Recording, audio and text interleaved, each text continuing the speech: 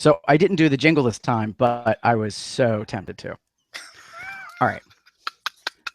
Well, because I got questioned on it by. That being said, we're live. Are we ready to begin? Yeah. All right. RuPaul Drag Race.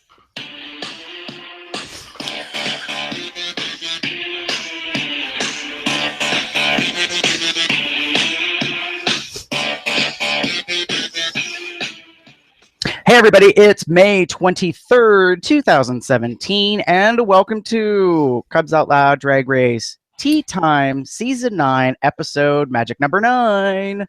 Yes. All right. Hey, my apologies that we're running late tonight, but that's just kind of the way things go. That being said, if you don't know already, I'm Gary, one of our co-hosts, and with me are the terrible twosome, but always fun to be with. That's so nice of you to say. Hey, everyone, it's Damon. Hello and welcome. Hi, everyone. Chester here. And we have a guest! Yay! Yay! I'm the venereal disease you never wanted to catch. Everybody, welcome to the stage, Trinity Taylor's long-lost cousin from Kentucky. No, I do not want to be her Hi, cousin. I'm sorry. Tibbers. Hi. Brady joined us as a special guest this week. I'm super excited about this. Yes, because I've watched all 9 episodes within 2 days. So you binged the current season of Drag Race, and now we're going to talk about probably the most memorable of the 9 to date. Yes, I have feelings. I would hope so. You know what, Jasmine Masters? I believe you have something to say. So let's jump into it. Thoughts on the episode? Okay, so mine is kind of confusing because I said 2 things. The first one is, all the bullshit aside, club kids to the main stage. I was super excited to find out that they were actually going to make this a thing, that they were recognizing this part of our culture. It is a part of drag. It is a part of the LGBTQIA yada yada community. So I was just very happy about that they did that. We'll get to what they did on the stage later as far as their looks. But the second thing is, this is going to seem a bit dramatic or grandiose, but I went on an emotional roller coaster for this episode. Yes. I was bored. Then I was annoyed. Then I was frustrated. And then I was slightly amused. And then I was bewildered. Then I was confused. And then I felt appeased. And then I was really unsure. And then I got perplexed. And then I was gagged and mystified, and then ultimately mournful. Oh, I was sad in the end. And we'll get to that. I'm sure we will. For the first time this season, I really felt like, woo, I should have had a drink to start the show. And a cigarette at the end. A little bit cab fare on the table. I think I needed to be strapped in for this one, for the ride. I wasn't ready to see how it was all going to play out. But yeah, those were my 2 big thoughts about the episode. David, what about you? Well, I honestly, like I said, I think this was one of the best episodes of this season. I don't want to say the best, but I think it was one of the best. Like you said, there was a very good amount of drama and twists and turns that kind of kept you entertained for the most part. There was some predictability. I'll own that, you know, there are certain parts of the challenge that were I expected. So, but at the same time, then you had all the stuff that happened and everything that kind of went down, and it was just like, yeah, this was really a really good episode. This was really well made, well thought out, well produced. I'll go ahead and put that out there. Episode of this show.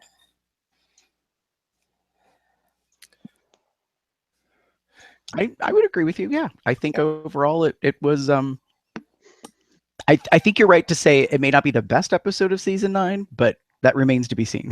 Yeah. Chester, how about you? You guys have basically covered everything I was gonna say. Oh, Okay, I take it all back. I'm with Gary that it was kind of an emotional roller coaster. I was kind of bored at first, waiting for stuff to happen, and then when things happen, I was like, "Oh, hey, this is fun. This is going on." And then I got kind of like, "Wait, what's going on?" And then the thing happened, and unlike Gary, which I'm not sure, Gary, when you're talking about being sad, you're referring to Untucked or the episode itself? Yes, the end of the whole trip, the whole journey was that I was ultimately mournful, and that is about the unknown behind the scenes ending, right. so to speak. Unlike Gary, I'm not mournful.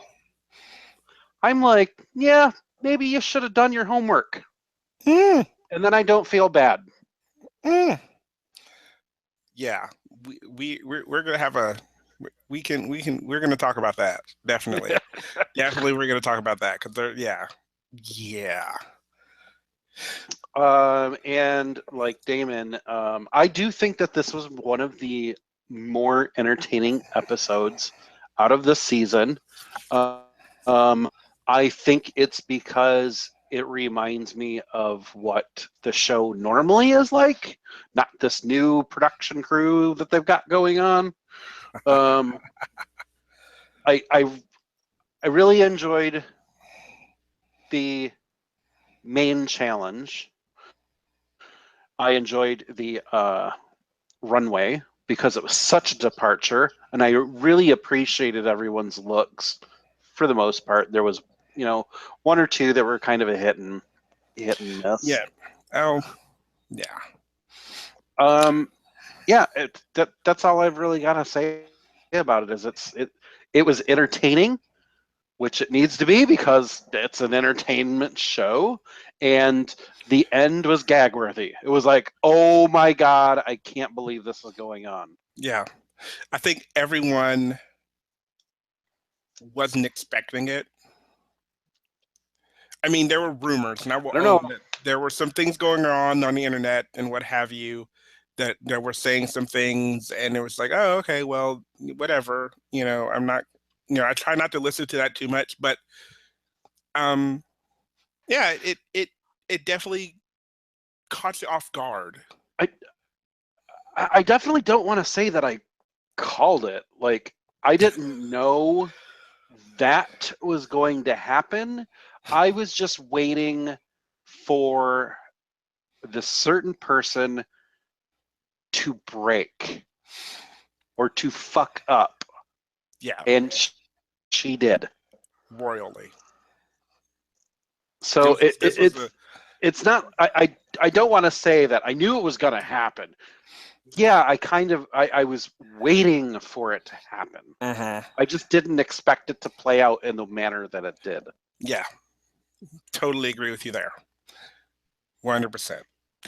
Because I'm trying not to say too much, but wow. Yeah. Brady? I have much to say. Uh-oh. I don't think I've ever been more angry at an episode of Drag Race. Ooh. And that's a new emotion. Yes, because there has been only one time I've been truly so upset with an episode, and that was an episode of Untucked during season 6. But there was a lot of stuff that happened in this episode that, number one, I thought was full of hypocrisy, and there was a lot that I was disappointed with. The hypocrisy part, I have a little sound clip. Will you play that for me, Gary? Sure. I played it myself, but it's on my MacBook. I didn't pull it over to the iMac. Let's see if it plays.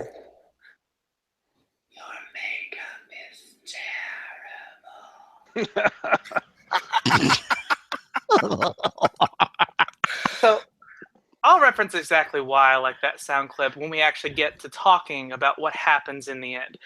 But my problem with this episode was that number one, I was so happy that they did a Club Kid challenge, but I was so pissed at the same time because they read Vivacious from season 6 so hard for this and was like, you need to do something that's relevant and new, and this just doesn't wow us.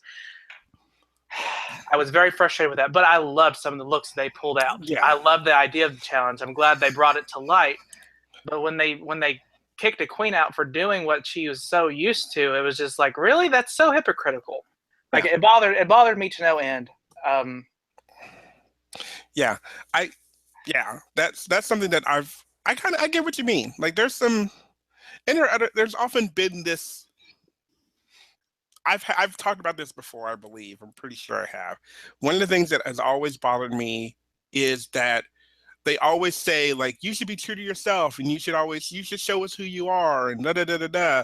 But then when there are certain queens where you get who they are and they're like, oh, we want you to be more glamorous, or we want you to do this, or we want you to do that. And I'm like going, but then you just tell me, well, I'm not super glamorous. I'm a comedy queen, or I'm, just sort of, podunk whatever. I do whatever I want kind of thing. It's just so don't tell me to show you who I am, yet kind of not, I won't say pretend, but not be who I am.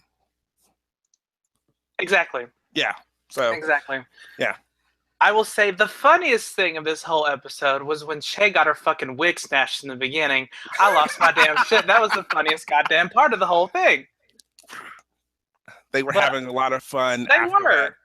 And it made sense. It was a good time. It was a good it was the calm before the storm, as it were. Exactly. I was so happy to see that report. I had no idea the episode was going to go down the way it did, but it is what it is. And I am telling you what, I am so annoyed with this. We're either going to do a mini challenge. We're not going to do a mini challenge. We're either going to have a video message. We're not going to have a video message. Like, what is going on? Can we get some consistency here? Yeah. Okay.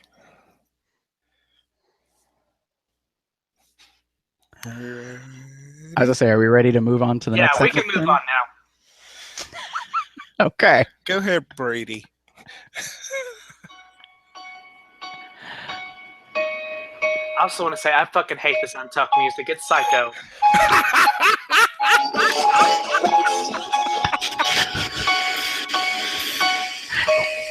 It's like someone trying to play chopsticks in a minor key. It probably is.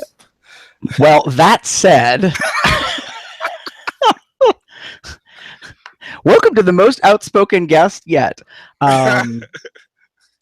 So this is thoughts on Untucked. Basically, what we thought about the behind-the-scenes after show. I say after show because it always airs the next day, and then you kind of get to see what happened backstage and some other stuff. So yeah, that being the case, Damon, why don't you start us off with your thoughts on Untucked? So this actually, this is kind of a bit of a spoiler, and actually it's going to be a spoiler just because of what so misconceptions is what I call this, and basically the reason I'm calling it this is because of thanks to internet is what I said, is because, as I said earlier, a lot of the stuff that I was hearing was a little off, like things that people were saying, things that were out there.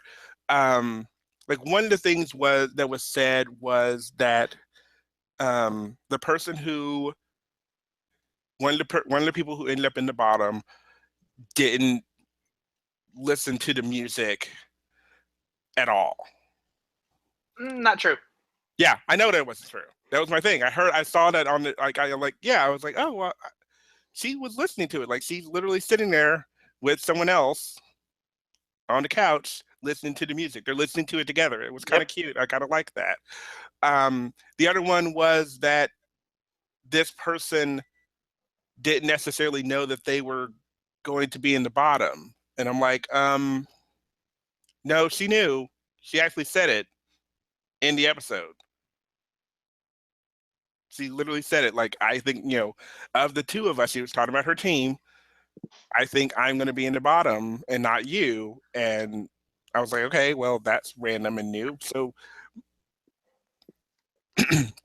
again, like I said, there was a lot of misconceptions about things. Like, this doesn't really necessarily have to do with the Untucked per se, but it was one of these things that a lot of the stuff that I was hearing was quickly exposed as incorrect in the Untucked if you took a little bit more time and listened to it. So yes, if you watched just the episode and didn't watch Untucked, maybe you had this idea that she didn't rehearse the song or she didn't know the song enough. Well, she didn't, but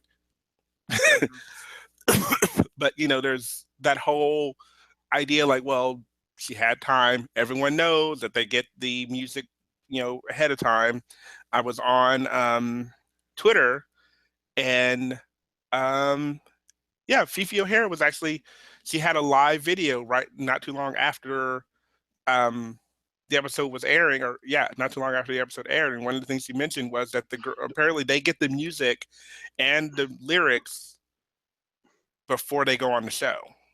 But they get everything all at the same time. So they know the songs. They may not know the order, or I don't know, whatever. But they know these songs are going to be performed, and unless there's some probably major change, they know these are songs they're going to be doing. So there's time to prepare. If you choose not to prepare, that is your decision to make.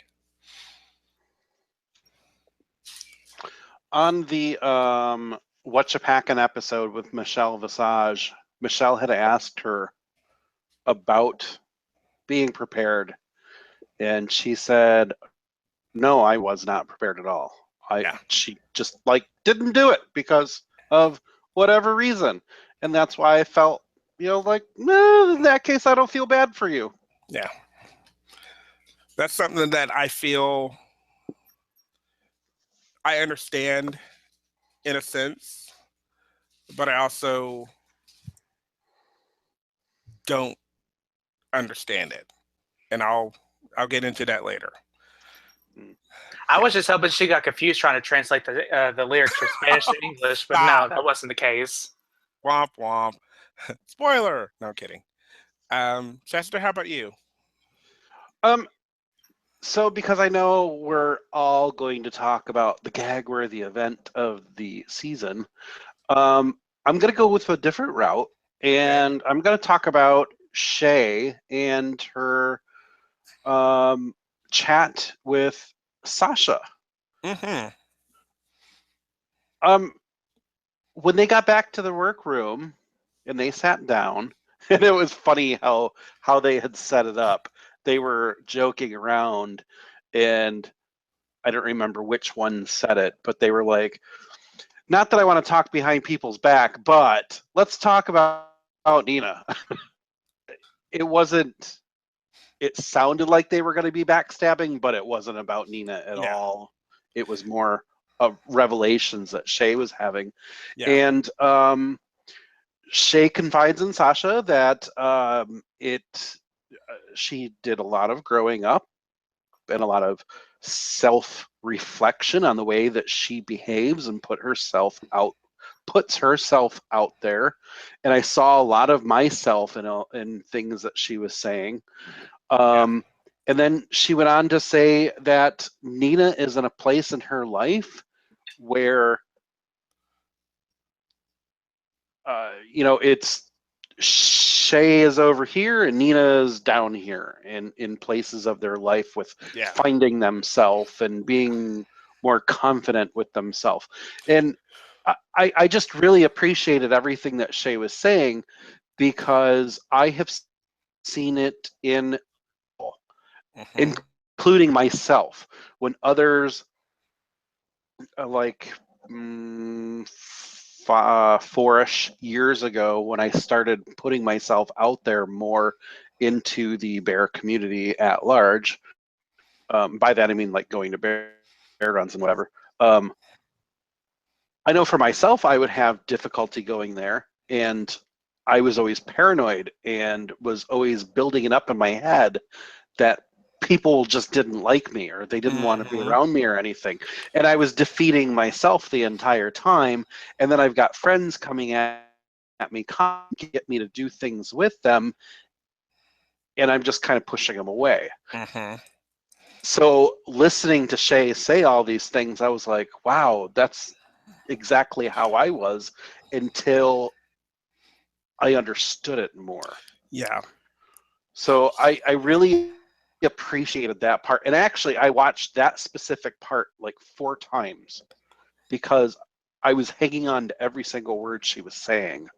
It was a very insightful moment about Shay and about like it played a lot to because what she said basically one of the things she said was that Nina is where she was about 4 years ago or however long ago, and it was one of these things where she was like saying that she's very self-defeating.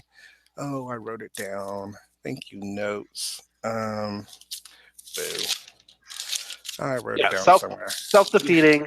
She's paranoid. She's building it all up in her head. Yeah, One of the yeah, that problems whole that she's facing is people try and help her, but she doesn't accept it. And what ends up happening is the people that are trying to help are exhausted from trying to help, yeah, and they just can't seem to get through to them. yeah, And it ends up breaking Shay down yeah, because of it. It's like, yeah. I'm trying to help you, but it's so frustrating because you won't accept it. Yep. It's one of those things. The thing I remember, the word I remember was the expendable. Like she Yes. like you're the friend that everyone will leave behind because no one wants to be around you. And I've been there myself. I understood exactly where she was coming from, and it was one of these things. I was like, oh shit, like Shay's getting real, like really real at this moment, and I was very happy that it was um that she did. I'm glad that she brought it up because it is something that I think everyone a lot of people kind of deal with is this whole like insecurity, but the issue isn't just on you trying to fix yourself. You also have people who are attempting to help you, and then when you stop paying attention to them or stop oh, letting them help or don't listen to them when they give you advice or what have you, they end up getting frustrated and going, oh, never mind, then I just won't help you anymore. Right. Right. So Brady, how about you? So Nina, we're going to be talking about Nina. Um, I Nina? yes. Nina. So I get where she's coming from. I get the position that she's in because I find myself falling into that same mindset. I have to pull myself out of it. But the thing is with Nina, she is becoming the new Laganja and the new Trinity K. Bonet so quickly for me because I see the paranoia in her eyes, but I also see that she has got the talent there. She just needs to own it and bring it out of her. And I swear to God, if Bianca Del Rio was on this season, she would probably pull it out of her real quick, and she'd probably learn how to get it out. yeah, Because that makeup she wore, while they didn't like the boy body and what she drew on her chest, she was giving me Voodoo Man from The Princess and the Frog, and it was yeah, phenomenal. yeah. I've how do I put this? Nina to me has this amazing talent, and she does even in in the Untucked, Trinity even talked to her, told her about it. Like, I admire what you do, that you're able to do these amazing looks, and she is. And I really think Nina is the epitome of self-defeating. Mm-hmm. Like in the challenge, like when they were like, let's pick partners, she literally just stood there, and it's like, okay, like you were expecting someone to come to you. Why? If you wanted someone to be a partner, go to them, be your partner. Don't wait for something to get handed to you. You're going to end up disappointed every single time. Exactly. No, um if you don't want to, and then that, but that again, I think that kind of falls into this whole cycle of her that she's getting into about like, oh, well, I feel like the girls are after me and this whole paranoia. So therefore, why would she even bother? Because I know they don't want me to be around. It's this very endless cycle. And I do like I agree with you, Brady. I think if Bianca had been here, she would have like been like snap out of it or probably smacked her. Yeah, It's because I feel like she needs a good smack to bring it out of her. But at the same time, I'm looking at her outfit. I'm like, ooh, she is wearing a leather collar. She kinky. She's just hiding that from us. You know, a few episodes ago, somebody had called that out, saying, what is it with drag queens who think that they could just throw on a leather collar and all of a sudden they're into BDSM? Stop being a cliche. It's very. Oh, Gary? Yeah, I mean, I'm not going to disagree with anything that y'all said, and I'm not going to rehash it necessarily either.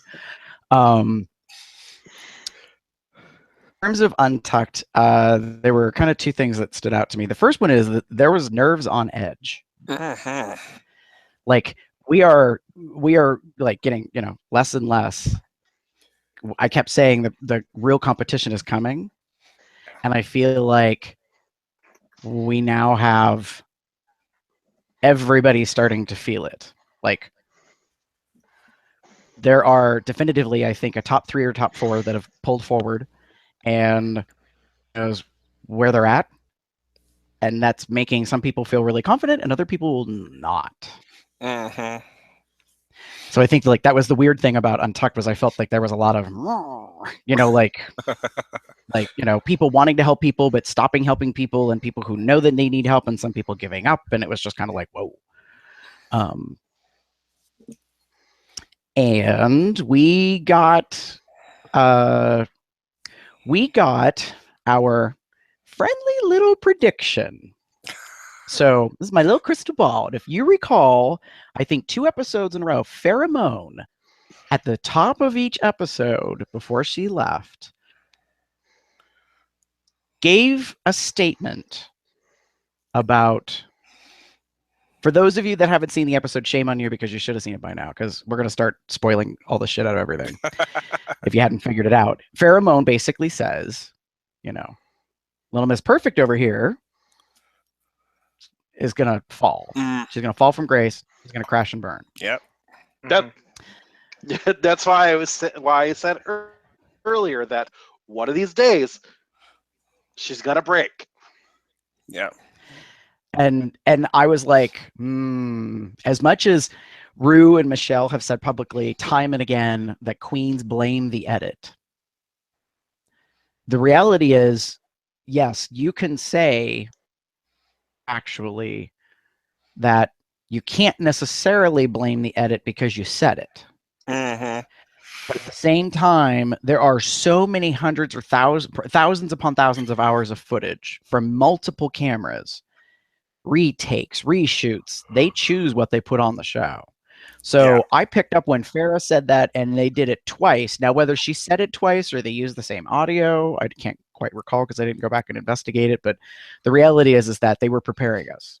Yeah. We knew that they were building up this storyline, that the perfect queen was not perfect, and that there was something that was going to happen. So I feel that we got the predicted crash and burn. Yeah. That being said, what I was just doing was mad, like, last minute editing, and I was going to play the clip that is as quote unquote the gag of the century that people were going nuts over. Now you had made a reference to it, Damon. I was not aware of the online rumor mill drama. Yeah. That the episode that infamously had a queen wearing a mask during a lip sync.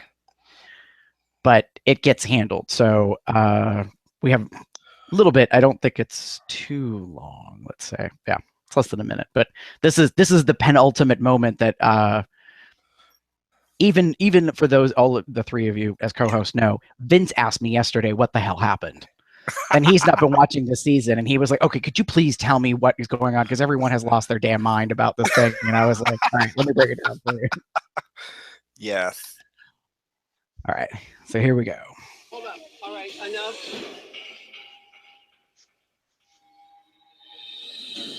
Valentina, this is lip sync for your life. We need to see your lips. Take that thing off of your mouth. I'd like to keep it on, please. Ooh.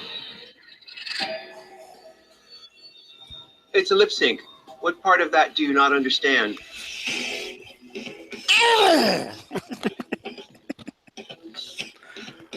Okay.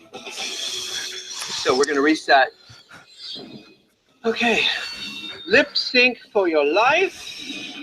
Take 2.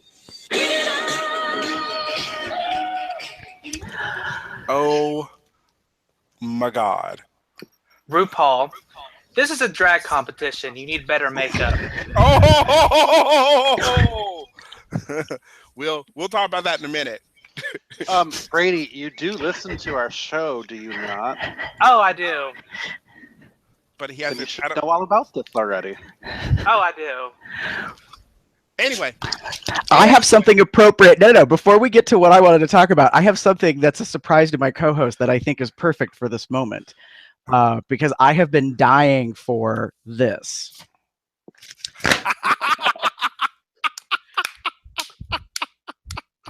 Mine is currently packed up, look waiting at for you. tidal Look wave. at So Shade fan.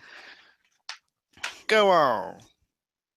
Yeah. So now we'll get to the gag of the century. There's our crash and burn, babies. The quote unquote questionably skilled, intelligent, strategic, well crafted, hardly ever faulting queen suddenly goes down like a nuclear bomb. In the most dramatic fashion outside of dying literally on the main stage. I just, wow, the crash and burn was crazy to me, and you guys are correct to be like like, yeah, like Fifi's like spilling the tea mm-hmm. and There basically was, says, there's no excuse. yeah, there was no excuse for that, and I feel bad for her. But at the same time, I do not think that she should have been the bottom, because what Alexis gave us, and I'll talk more about this later, was off on so many levels. Where are we? Okay. The thing I is, think that there's a balance, I think, between what we see and what the reality is. Mm-hmm. So the hardest part for me about this is we will never know what truly happened. And even if we were there to witness it, we're still not necessarily in certain people's heads. Yeah. Exactly. So, Chester, you were going to say something? Well, I was going to say that the thing is Alexis's group as a whole did fairly well in the challenge. Her runway look may have looked kind of bad, but I have a feeling that the critique for the runway look for both Valentina and Alexis were pretty low to begin with. The fact that Alexis's group did a much better job in the challenge is probably why she was not in the bottom 2.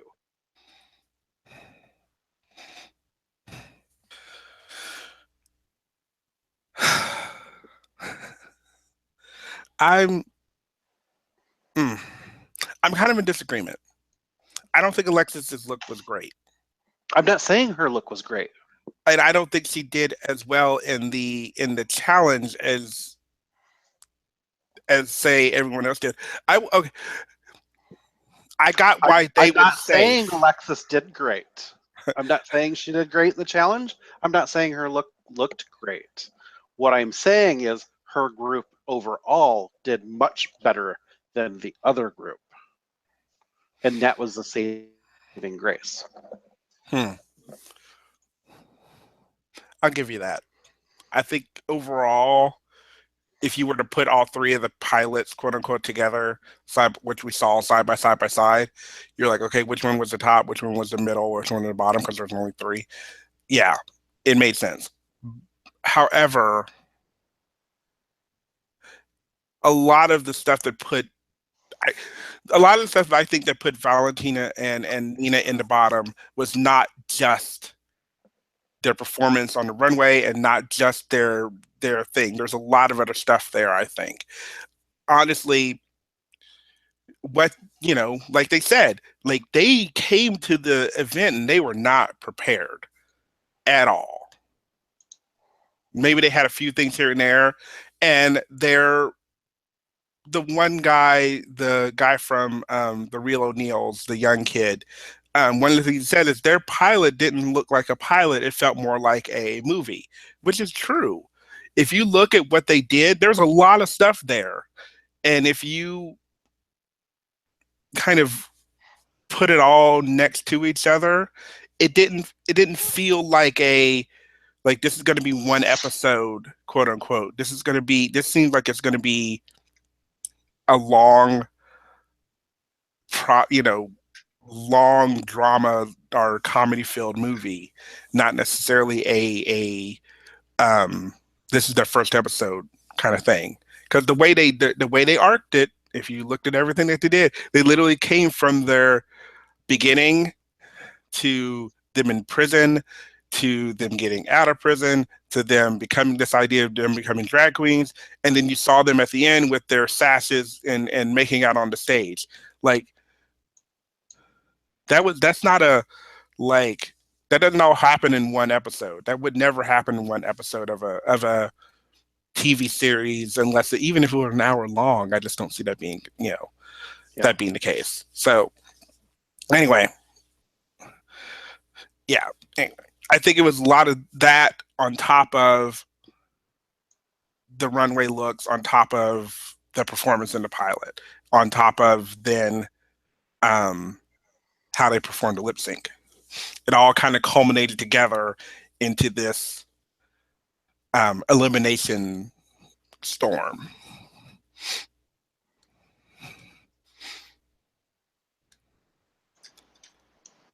So where are we? So I'm going to ask a question. Do we think that we've crossed the threshold that I think happens every season where cumulatively starts to become the factor? As opposed to just what happened in this week, quote unquote? Yeah, I think so. I would say so. I think ultimately that's why a lot of people were upset that Nina didn't go home. Yeah, Nina kind of killed the runway or the lip sync, but she's been in the bottom before. I don't know, because the camera was hardly on her during the lip sync. She was hitting it. What I saw, like especially the first take one, she was getting it pretty well. Like, because they were showing like, why is she, the judges and stuff asking about Valentina's mask, but they were showing her and she knew the words as far as I could tell. And she was I'm teasing. She was dancing. The one thing I will notice, I didn't notice that she had the pink tassels on the back of her tights until the second time I watched the episode. like I was like, oh, I saw the fishnet and then the skirt, and then I knew there was a pink in her chest makeup and stuff, but I didn't notice the pink on the bottom.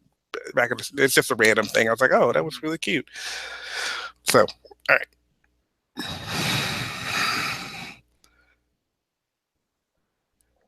So, I was gonna say, in regards to the camera thing, I think they have a minimum of 3 cameras running for the lip sync.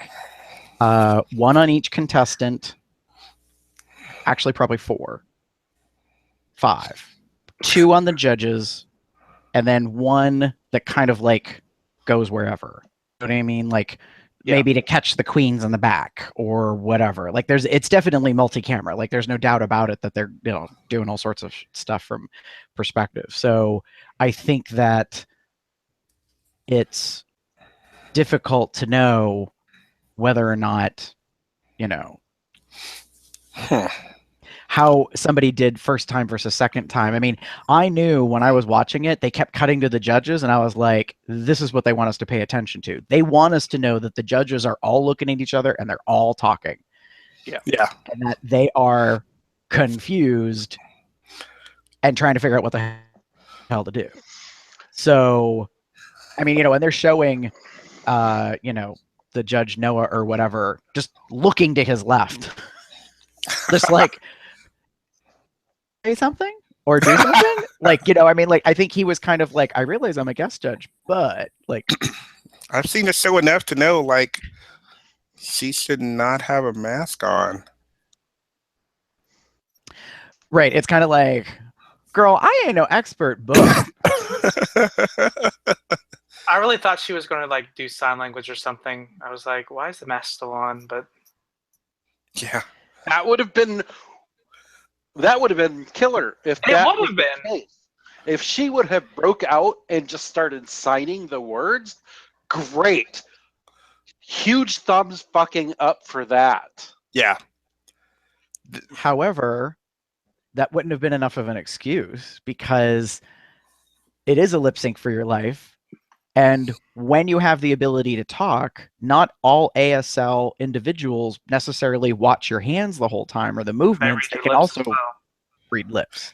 So Yeah. I agree with you, Chester. That would have been a good boost. But nah. Saved her ass. I don't think This they would have read her. this means I'm fucked. This means I don't know what I'm doing.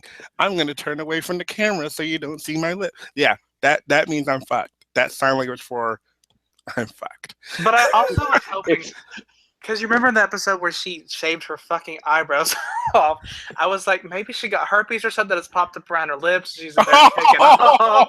I'm like, don't let it be that she doesn't know the lyrics. And then Oh, Well, yeah. I thought actually, in a very foolish way, she had done no makeup.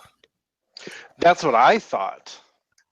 And then when she does, take the mask off, I'm like, oh, she got some lips. Yeah. They're not painted very well. They look very much like an afterthought, but there's something there. So, to quote Alaska Thunderfuck 5000, the clip that Brady had me play, your makeup is terrible, is exactly what I thought the moment I saw her face underneath the mask. And I was like, oh, you were not prepared for this. Like, So, since we're still kind of on her actual performance, if she would have been moving around and actually doing something than just standing there doing a two-step like I dance, then maybe the judges probably wouldn't have noticed. No, they wouldn't have. No, yeah, you're right. I'm sure that they would have. I just don't think it would have been that obvious.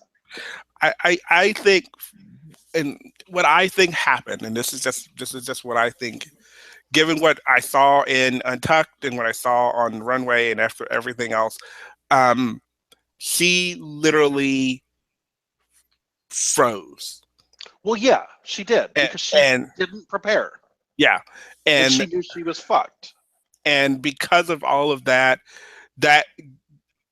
fear or what have you that she had guided her actions from when she came back on stage to when she found out she was in the bottom two to her pretty much dissing a judge. No, not just dissing a judge, dissing Ru. Like if Miss RuPaul asked me to take my mask off, no ifs, ands, buts, no. It comes off. Like that's like that's the given. And yeah. So it's like, okay, there you go, off it goes. And so I just think that was part of the things that just kept going. And the fact that she didn't didn't know the words kind of affected everything else. So I don't know. Even though she said she thought she was in the bottom, I'm a little surprised at how she reacted to it. I'm not surprised at all. Well, I just think I'm not surprised at all that she froze when she was up there. It's when she went on the Untucked episode, when she was talking about it, she's like, I just broke down. I didn't know what to do. Yeah. I'm not surprised that that was her response to it, and because that's a very real reaction to something like that. You put anybody up on stage where they have this fight or flight in them. No, that's the wrong thing. sorry. But Go ahead. I know from my personal experience, when I get up on stage in front of a bunch of people, I am not myself. Yeah. And this was a moment where she says, okay, well, I've got to do something I'm very much not ready to do. Well, what am I going to do? And it just it got to her. Yeah. This was the first time, I wanted to say this and then we can move on.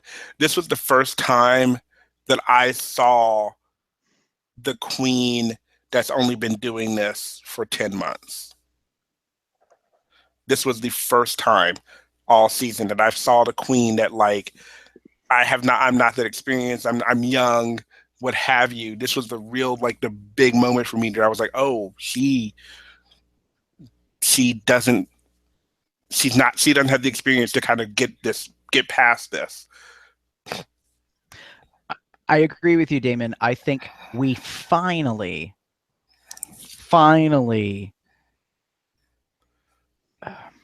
something that proved she was minimal on experience.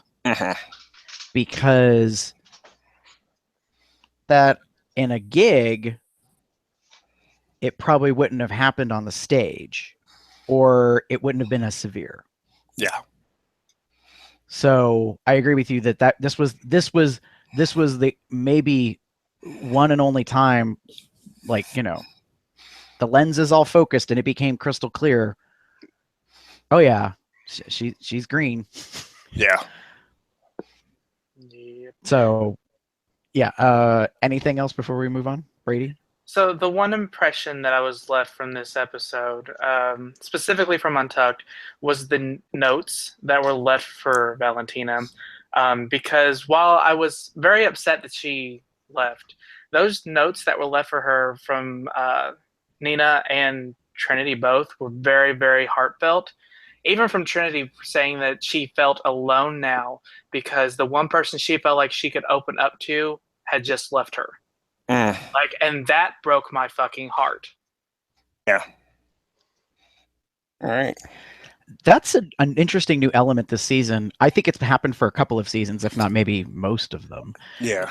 The whole, like, communication, because remember, they're sequestered in a motel or hotel. Like, they don't get to see each other outside of the day-to-day of actually recording. So they don't have a way to process together and be in touch.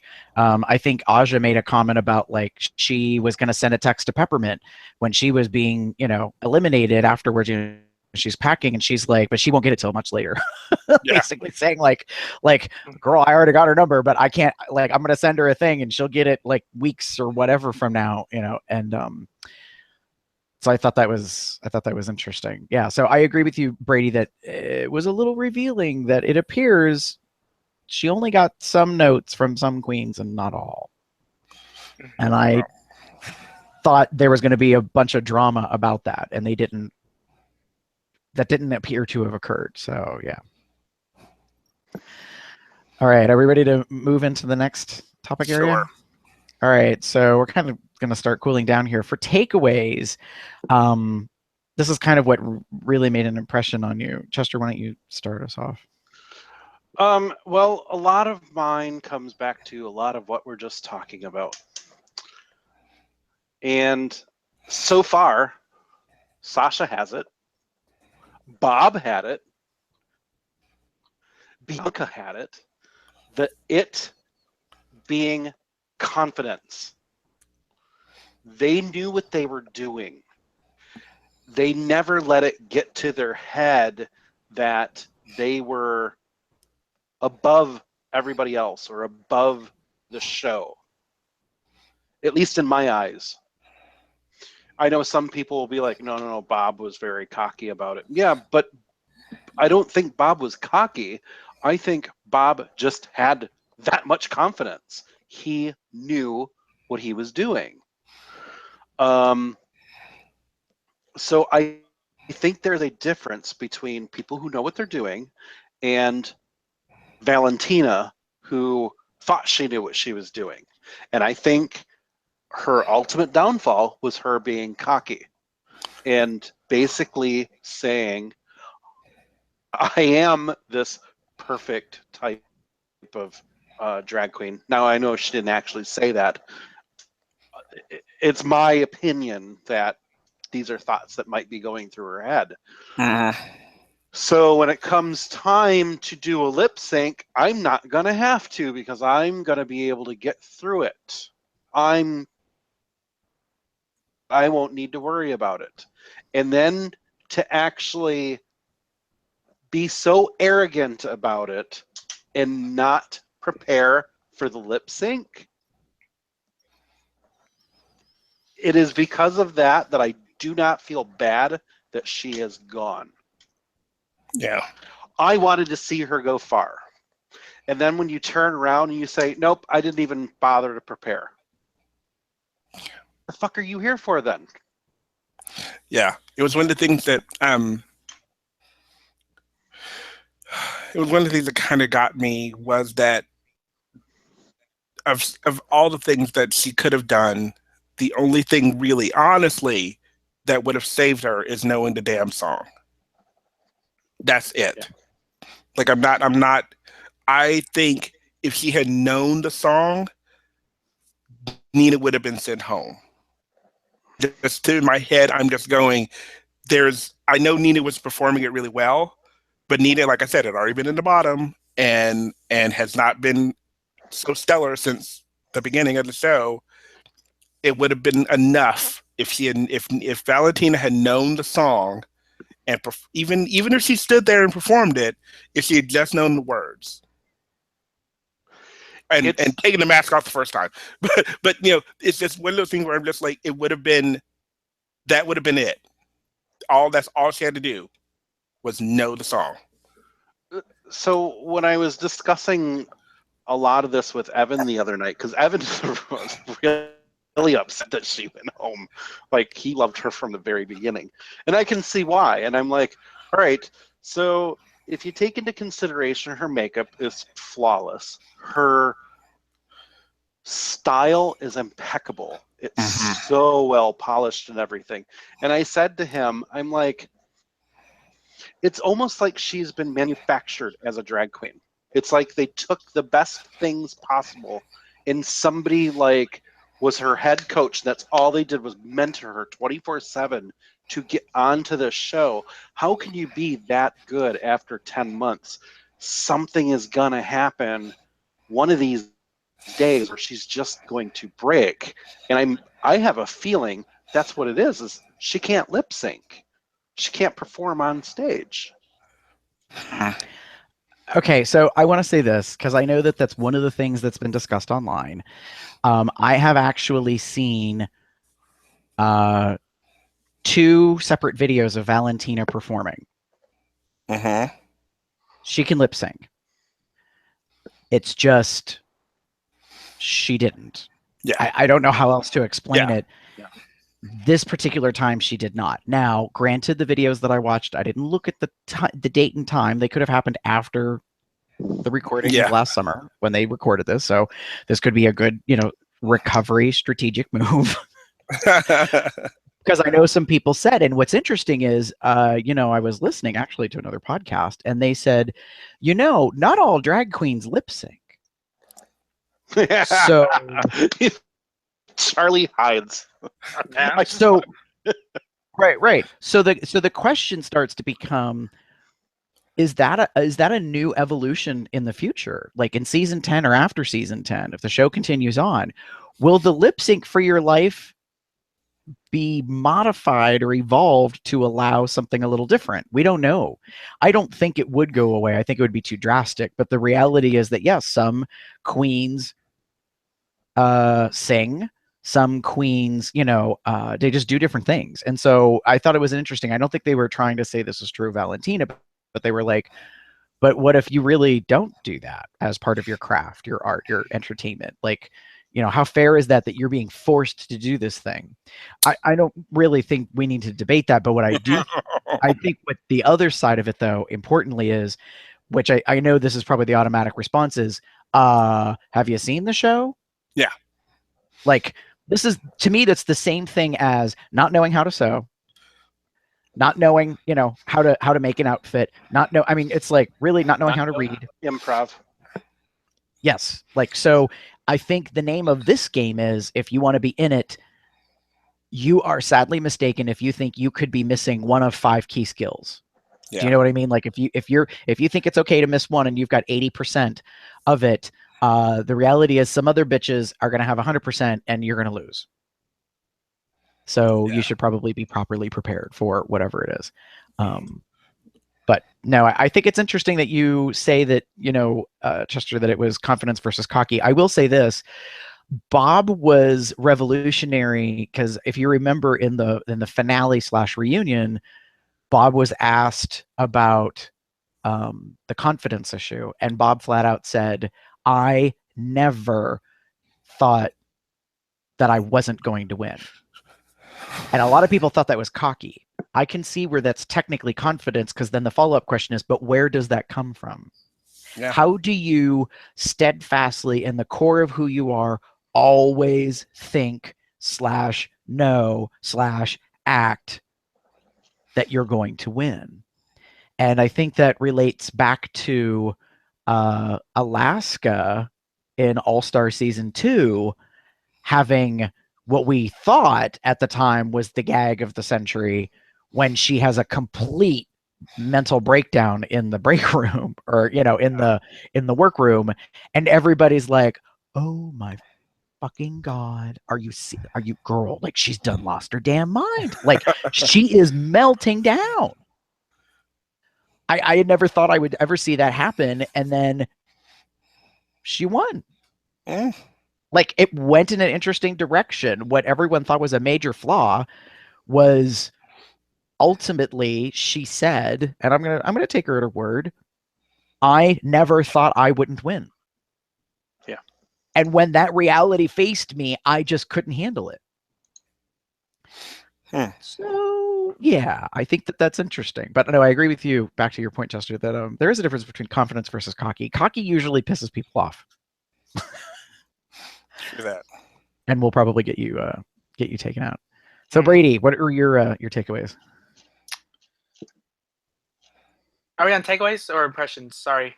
Takeaways. Okay.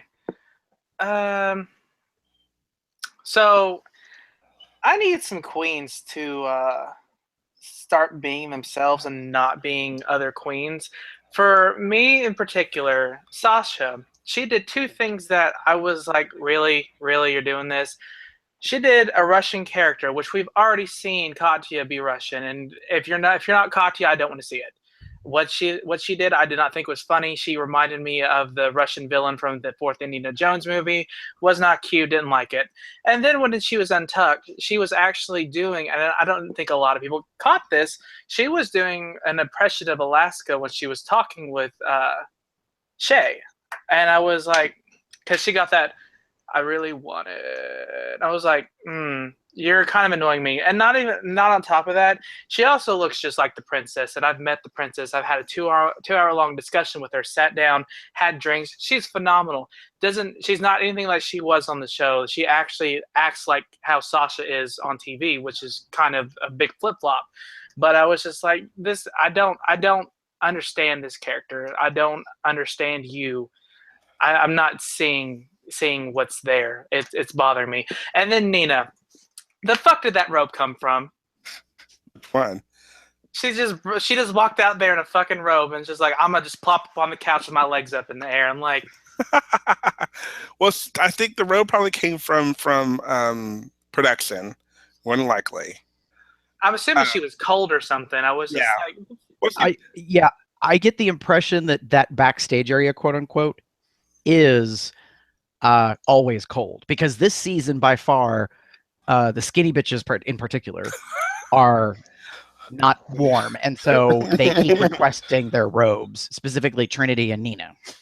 Yeah. So now, like, because if you remember, was it the last Untucked where there was the whole controversy that Trinity said about the help, quote unquote, getting the robes, and there was this whole thing, and then she was apologizing to the female like production crew member and blah blah blah, and I was kind of like, "Ooh, girl," I was like, there's some drama that nobody's really paying attention to, that, like, she kind of said something being sassy, not meaning to insult, and how technically, it really is in a way an insult and stuff like that. So I agree with you, Brady, that it kind of seems like, where the hell does this come from? But to me, that's kind of just, it's editing and it's kind of comedic, because it's kind of like, whoop, this thing just appears out of nowhere, and you're kind of like, it's like the magic condom. Oh, okay. Yeah, it's the magic condom.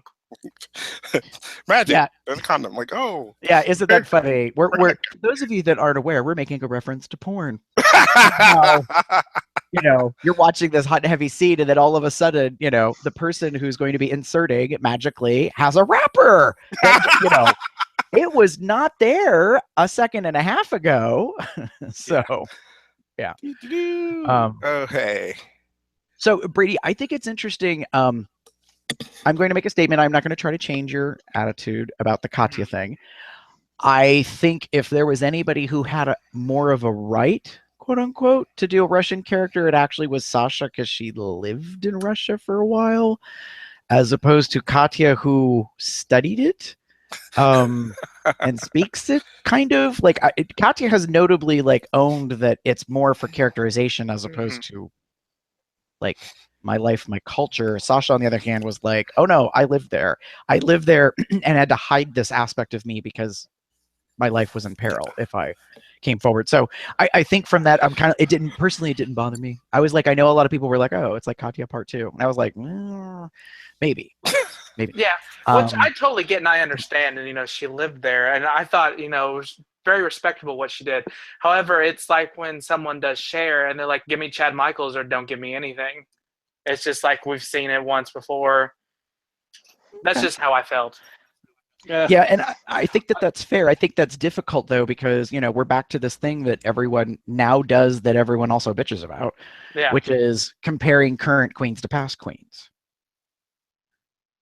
To say, oh, you're another Raja, you're another Raven, you're another Delta Word, you're another Pandora, like whatever it is. They just, you're another iteration of, Yada Sophia, whatever. And I'm like, that's because that's how our brains work. We contextualize it and say, you remind me of. And so, I mean, like, hell, in our own feedback for this recap series, I kind of got read a while ago about how they were happy that the first episode I did not do the let's compare the queens, shall we? It's funny that you mentioned that. I ran into him in Dayton this weekend. Mr. Paul, yeah. And I got to meet him. He's a really nice guy. He mentioned that. Like, he mentioned so I'm very much guilty. He's a faithful fan of the show. And so shout out to him. He's actually been really happy that we've been mentioning him a few times. So, well, if he's one of our viewers currently or in the near future, hi. I would actually like to meet Paul and chat with him or whatever, and then we can negotiate and work out his penance for calling me out. Because it's just one of those things. Well, what about your takeaways, Gary? Okay. So here's the big deal. My takeaway is this: why people love this show so much, and it's sort of created its own industry. Rue ultimately voiced the T that was inside everybody's heads. And I got a little clip of that for everyone because this it was is some good tea. Well, right, and here's the thing. If there was a moment that the gay world tilted or there was an earthquake or something, if you believe in like connected energy, I know I could have probably gone back to the moment this happened on television live and feel all of these people going, yes, queen, like just losing their mind that Rue actually does this thing right here. Ladies, I've made my decision. Nina, Bonita Brown. Shantae, you stay. Thank you. Can you join the other girls? Valentina, I thought you had the stuff to go all the way. Now, sashay away. Right there. That's it right there. Wow. That is the tea being spilled in a way I have never seen from Rue in all of these seasons, except for, which is probably pretty close or a tie, when she had her meltdown and said, I don't want to hear any more goddamn excuses. Yep. Yeah. It's not often that she has a Tyra moment, as in Tyra Banks. For those of you that don't know, I knew some heavy shit went down when Facebook is filling up with gifs of Tyra losing her mind. We were all rooting for you. That's Like- literally what I sent to somebody when I watched that episode last night. Oh my God. So When Rue actually says, and this is probably me paraphrasing, even though I just played it, I thought you had what it takes to go all the way. Yeah. That's when I lost the capacity to breathe. I was like, she literally just said, I was ready to hand you the keys. You could have been the next drag queen superstar. And you did Had you exactly not what I fucked it said. up. Right. You did exactly what I said don't do. You fucked it up. yeah. Now, rumor online conjecture is they were prepared for Nina to go home. No matter what, Nina was going to go home. Valentina was going to stay until she did the one thing that you just don't expect to happen, which is either not lip sync at all or not know the words, pretty much. Let me ask you So- this, Gary. Yeah. So when she said that, I thought along the same lines that you did, that it was the biggest tea being spilled. But I also thought, is this foreshadowing? Is she maybe going to bring her back? Because I felt like for some reason we're in the 9th episode and we're already down to 6 queens, or was it 5 queens now? No, we're I at was 6. like, maybe she's going to bring her back because maybe she wants to see it happen again. She's done this before. Who knows if it's going to happen? I'm sitting here sort of hopeful. I don't think it's going to happen, but I don't know. I took it both ways. Okay. I got so many things running through my head. That's why I'm stumbling. I will say this. People have predicted that if there's an All-Stars 3, she's an automatic shoo-in and that it would be a travesty that she doesn't get to be in it. Yeah. I agree with that concept. While I would be happy to see her back, I think that may have just sealed her fate enough for Rue to say, fuck that, I don't want her back. No, I will say this. There are 2 queens I read about online that are supposedly on the shit list for RuPaul specifically, and it's not because of what they did on the show, it's because of shit they said after the show was done. One of them, notably, their NDA, their non-disclosure agreement expired, and this queen apparently decided to blast all sorts of crap about what really happened, and now they are persona non grata. And the other one apparently decided to say a whole bunch of things, and therefore they are also not kind of welcome. I'm not going to talk about who they are, but the fact that that has occurred says to me that's how you probably seal your fate. Did actually on the show. Now, it's television, kids. We talked about it a little bit before. It's like, our summer movie show. It's about money. Yeah. So to not have Valentina on All Stars 3, let's say it's going to happen after 5 more seasons or 6 more seasons, whatever. I think that there would be a bit of an uproar unless Valentina fades away, and I don't think she's going to. I think notably, some people pointed out that Valentina had sold out shows, and yet other queens from this season haven't. Mhm. So I don't know. We'll kind of see how that goes. Okay, now to whether or not she'll bring Rue back. Bring her back. I think Rue will bring Valentina back. Let's bring RuPaul back.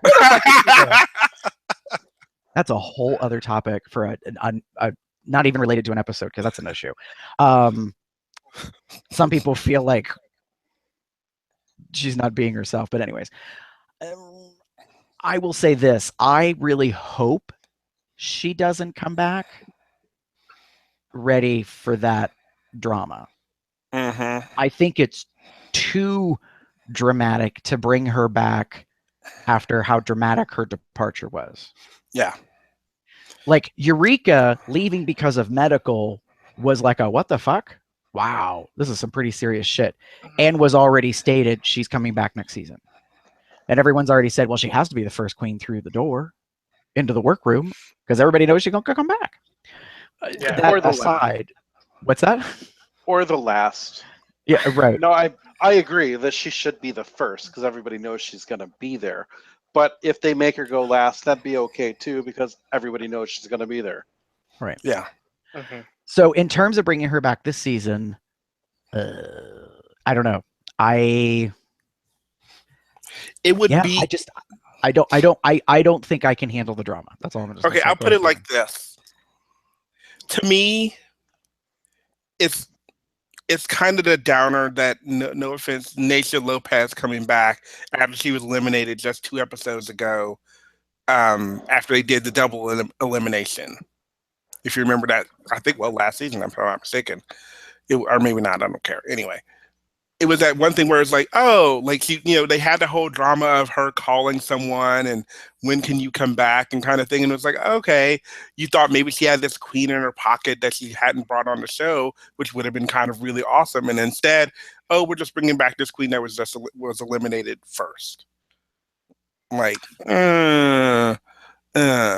if with Valentina, I feel that if we brought her back, because they're going to have to. They normally, if history repeats itself, which is the case with the show, a queen would be brought back for the episode that is coming up, which is the make up a noob, make a drag sister, make a drag mother out of, like they did the army guys, and this year I think this time they're doing the crew, the crew kind of thing. This is the episode because that's usually when they've brought someone back. Has been like the makeup challenge. Mhm. So that would literally mean she's coming back this episode, which would be like she literally just got kicked off. Yeah. And I agree with you, Gary, that her elimination was so gag worthy that then going, oh, never mind, here she comes back, would even an episode or 2 later would be a bit much. It wouldn't really, it just wouldn't sit well. Mhm. It really wouldn't sit well, I don't think. Her elimination was so epic. Because, like you said, this is the first time that, not even the first time, but it was one of the times where RuPaul didn't give a compliment to the queen as she left. She pretty much stuck a knife in her almost. Like that was a very, not hurtful, but that was a very harsh thing to say. She did it one other time before though, and that was with Tammy Brown. Yeah. But it was like, because Tammy pretty much didn't do the lip sync at all. Yeah, she just stood there and was like, yeah, she was kind of being kooky, but her kooky self, but she knew that she didn't like the song, so she chose to just go home. to just not do it. So it was like, okay, well, that to me, like that was the reason she like that was because she feels like Tammy was wasting an opportunity. She wanted to go walk fucking children in nature. Oh God. Anyway, The so events in RuPaul Drag Race history. I will say this: I did a quick check. Damon, I am not trying to pop a balloon of a theory, but I will say this. I just watched one of the not the recaps, one of the previews of the next episode. mhm. And it is makeovers of the production crew. And there are, as of the end of this episode, 6 contestants left and 6 crew members to make over. So I'm not saying you're wrong, because I was No, like, no, wait, no. I'm like, is it 5 to 6, 6 to 7? Like I had to double check. No, I'm just So- that's been like if you go back to like when Karma Carrera came back, when Kenya Michaels came back, it was usually on that episode where they were then supposed to make someone up. That's just me going through history. Right. Like if history were repeating itself, this would be the episode where someone would come back. Yeah. Right. But anyway, so my thoughts my takeaways are kind of simple, and we've kind of talked about it and hashed it a lot. Is it takes only one time to break a leg, one fall to break a leg, is what I say. This was a really big fall to me for Valentina. I wasn't expecting it.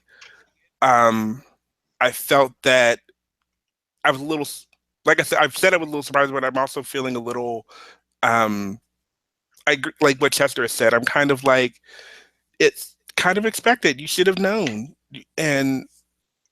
But some of the things people have been saying to me about the episode was, why did she get eliminated when clearly Nina's been in the bottom a couple of times. She hasn't really been pulling her weight in the show.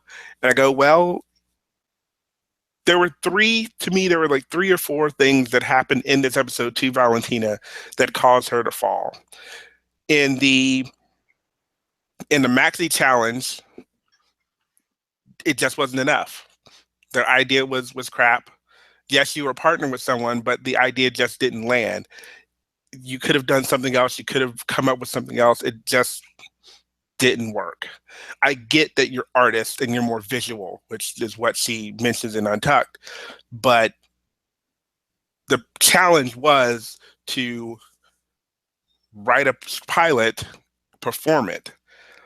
Therefore, some writing had to be done. Like you can't just half-ass your way through it and improv your way out of it, especially when your improv skills aren't that great to begin with. Okay, 2, the runway. Of the runway looks, if you put them side by side kind of thing, there are a few that just don't really give you if you looked at the video that they gave you of what Club Kids look like, these looks, her look in particular did not really portray that to the utmost in comparison to everyone else in a lot of ways. Her look was good. Don't get me wrong. I liked the look and I felt it was pretty good for what it was, but I don't think it was up to the challenge. Then number 3 was the mask. It's just a stupid thing that I know why, we know kind of why she did it, but it just was something that should have just been let go. The big one was you didn't know the words to the song. You didn't perform it. Like, that's the big one. That's the big thing. Yeah, I think the first 2 that you pointed out are sort of forgivable. Mm-hmm. Not so much the third one. And I think that, some people actually said, if you know this song, which I personally don't, Mm-hmm. for everybody out there, like, how the fuck do you not know this song? I was like, girl, I don't know this song. But then again, I don't listen to pop songs all that often. So then again, I'm also not performing them. So they said that there was, I think, more than one maybe dramatic moment in the song that you could have ripped the mask off. And there was speculation as people were watching it on the edge of their seats or pacing wherever they were watching it, in a bar, at home, something, that they thought maybe they were waiting to get to that moment in the song, and that's when the gag would have been in a whole other territory. It wouldn't have been about that Ru has to stop the song. It's about the fact that you played up such a drama to the hilt and got away with it for the drama of like taking the mask off and then slaying proving you really do know the words. Right. So yeah, I agree with you that that there was a kind of couple things that led to that. I personally, I kind of think there's something valid to the theory that she was not expected to go home, and she ultimately just surprised everybody. And I mean everybody, including the judges. Like, well, specifically, I would say Carson, Michelle, and Ru, who have been there, most, if not all, of the season. Are we ready to move on? Yes. All right. Oh, it's that time again. Oh no. She's being temperamental because, I'm asking for it to do something nice and my computer's being like, no. Bitch, I'm going to do it.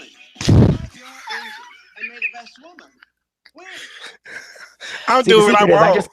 I just keep talking until she decides she wants to play the clip, even though I pressed play like 7 seconds ago. Thank you very much. Nice. All right. May the best woman win. Ain't that the truth? It is time for hits and misses, or what we call snaps and eye rolls. Your highs and lows for this particular episode in this season. So my snaps are for two things. Runway looks in general. Not everyone was stellar, but the fact that we did Club Kid stuff, yes. I thought that, for once we were actually seeing some kind of out there, if there's ever a time that you're going to have a costume, quote unquote, a costume look, a character look, this was it. Yeah. Like this was when you're really going to deliver something crazy, outlandish, wild, whatever. So I think runway looks overall were really good. I will say this. Personally, I think Trinity won. Just nothing against what Peppermint did, but it wasn't as crazy. They were both really good looks, in my opinion, those two specifically. However, one was predictable, and one, I was like, what the fuck is that? Literally, I was like, what did she do? And the more I watched it, I was like, that was flawless. That was an executed look, and you didn't know what the hell you were doing. Like, you weren't sure you were going to pull it off. You were worried you were going to be made fun of because you didn't know the reference, and then had the best ultimate like voiceover or maybe comment in Untucked about being a venereal disease. Yeah. I was like, you actually labeled and named whatever the fuck you were. Yeah. So that's what I mean in terms of runway looks. I'm also going to give snaps as a shout out to Alexis. And I know that this will probably be very not confidential. Controversial. I lost the word. Controversial. Because everyone's like, bitch, why the hell are you giving her a shout out? I am only going to do it for this one thing. Is it wrong timing? Is it misplaced? Absolutely. But I will say this. To put yourself out there in that moment. You okay over there, Brady? Oh yeah. He just okay. Well, bro, you might. I know, but we can hear your fan. We can hear you. Mute yourself for a moment. Because it literally sounded like someone was getting blown. Anyways. Not that kind of blown, Chester. He's all like, what the fuck? He's like, that don't sound like somebody sucking dick. We know.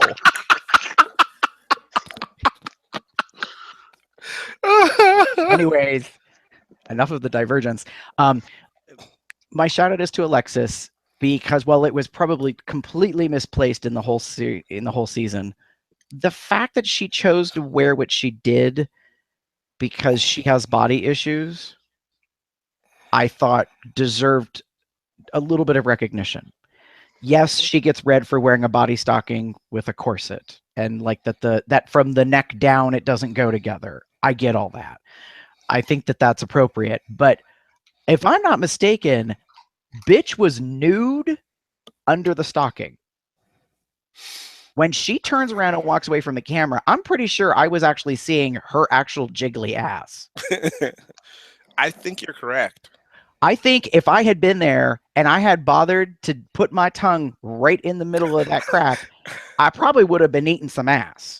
No. And that's why I want to give her some snaps, because big girls don't usually do that. Like, my body modified girls do that. Naturally, like, shapely girls do that. Girls that can tuck like you've never seen do that. But for her, I was like, Okay. if you seriously have the issues that you have about your body, I just want to say I'm proud of you for doing that. I think you need a little bit of recognition, even though everyone's giving you all the deserved shit for everything else that happened. Yeah, it was. I didn't hate. Okay, I didn't hate the look. I just didn't think it hit. It was the challenge. I agree. I think it was just not the right theme. Yeah. I don't know when it should have happened. Maybe in a future episode, the next couple of ones will be like, oh, that's when you should have worn it. Or, girl, you should have never worn it this season and done it another time. I don't know. Yeah. Anyways, and then my eye rolls. Okay, so I've got two, and the first one is guest judges who? Thank you. If there is Okay. anything that has been inconsistent this season, it is this bullshit. Lisa Kudrow does a walk-on and a walk-off at the beginning of the season. She's so well known, she doesn't get to be a main stage judge. All right, whatever. She's a friend of Rue's. I get it. And then we get to episode 9, and I've got some kid who I have never heard of. Okay. And I was like, that's nice. He's a little queen. He's done some acting, but I don't know who the fuck this bitch is. So And then hold on, Damon. And then we've got her, cisgender female, that a lot of us don't know who the fuck she is. We don't know unless you listen to the podcast that Rue and Michelle do. You find out that she's actually a celebrity who has been on, I think, QVC selling shit for a long time and has started her own independent shit. What?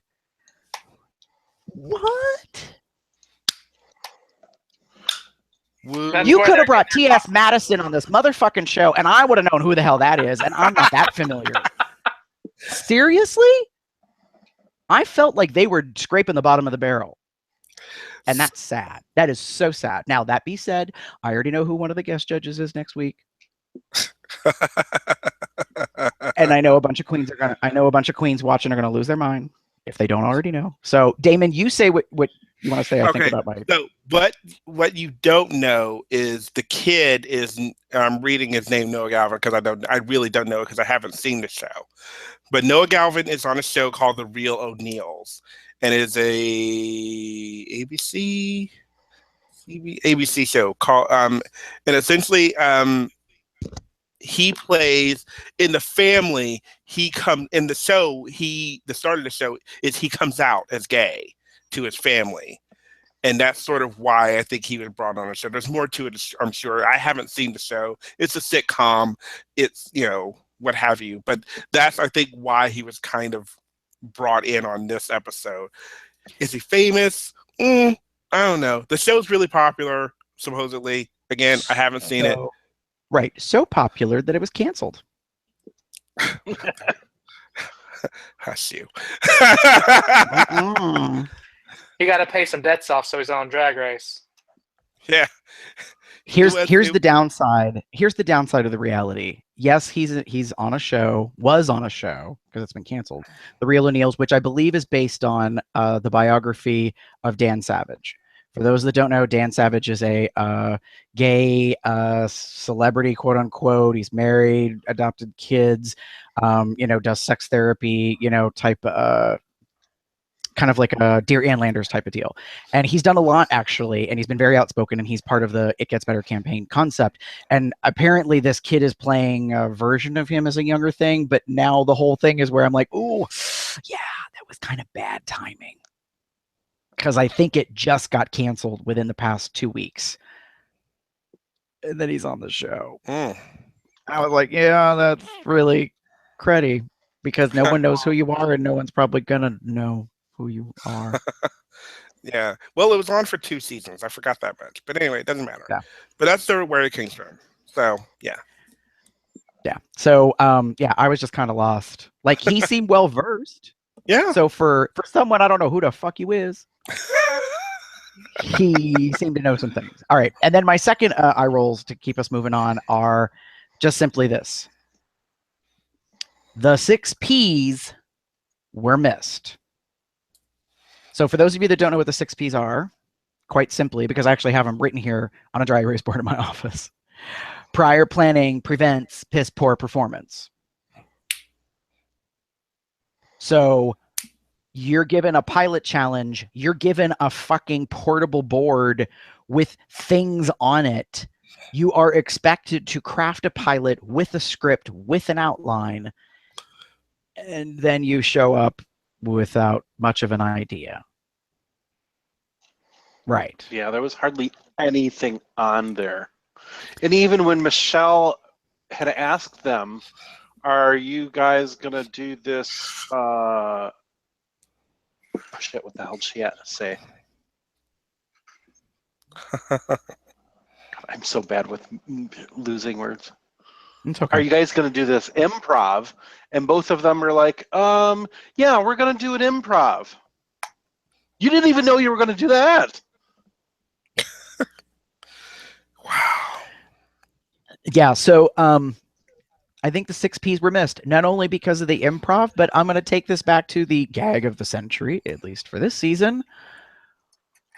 If Fifi O'Hara is right when she got online and basically said, there is no excuse that you shouldn't have known other than you didn't prepare. Yeah. There you go. Mm-hmm. So yeah, that's my eye rolls is, and that's a theme for everything. Remember when we talked about when Farrah got eliminated, for one of the first things she said that I thought was amazing that I complimented was, before you even audition, take some sewing classes, take some improv classes, get your shit ready, plan and prepare. Yep. So, Damon, snaps and eye rolls for you. Okay, so I have a couple snaps, and one's for the episode and one's for something afterwards. So for the episode, I am snapping Peppermint's runway look. It was a great idea. It was very well executed. It clearly is her, represents her really well. Her name is Peppermint, therefore she was pretty much a big fucking Peppermint. It worked really well for the challenge, and I loved it. So yay for that. It was really, really good. My other one is actually just sort of a funny aside. If you watch the episode on television, on TV, you were able to see these funny little quippy moments of Gay Watch with Katya and Bob the Drag Queen. Oh my God, they were so much fun. They were so hilarious. It was essentially them maybe promoting the movie Baywatch, which, no offense, I'm never going to see. We talked about it on the Summer Hits movie, summer movies, and I was like, yeah, we don't need to see that. But this was good for me because it just was funny, and it was those two together. I think would make wonderful, wonderful comedy together. They're just so good, and yeah, all the little clips just really, really work for me.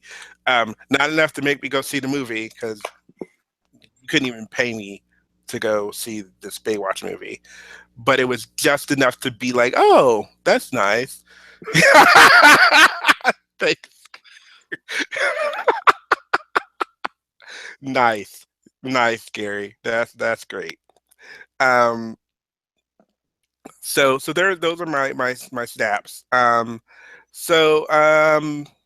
wrote down pretty much for our eye rolls. You know what I'm going to eye roll because I'm pretty much going to say it.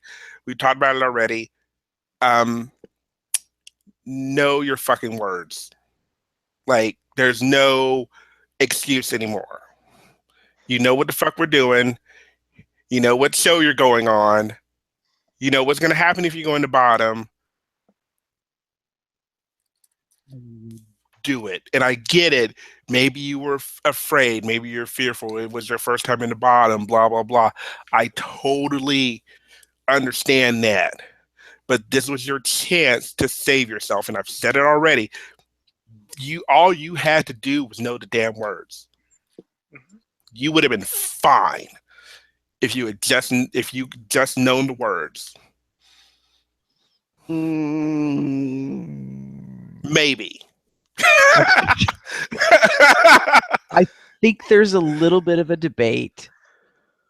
I'll just say this. If she had done a Charlie Hides, I don't remember if it was or not. If she lip synced but just stood there, a lot of people think Nina pulled it out this week. So I don't know if knowing the words I don't know. Good enough, but I think it would have at least given if they were doing cumulatively, it would have been enough. I'll put it like that. Let me rephrase. But yeah, that's my big thing. Like be prepared, get your shit together, know your fucking words. End of story. Like no, we're not doing this again. No. Like I'm no. Just this is season 9. If some queen on season 10, okay. If some queen on season 10 comes into that runway or into that challenge or that first challenge and doesn't know how to fucking sew, I don't even want a lip sync for your life. You're gone. Like, oh, you hot glued some shit together. Nope, we're not lip syncing for your life. You just go. Like, get off my stage. Now, there's a way to shake up season 10. Could you imagine if we actually skipped lip syncs? Like it was like a death match style, and for every main skill you can't execute, you're just Queen of Hearts off with their head chopped. Like, Yes. That would be insane if Michelle walks in unexpectedly and Rue follows her, and you don't even get to judges panel. They just turn around and they're like, yeah, you're gone. Pheromone. Yeah, time to go.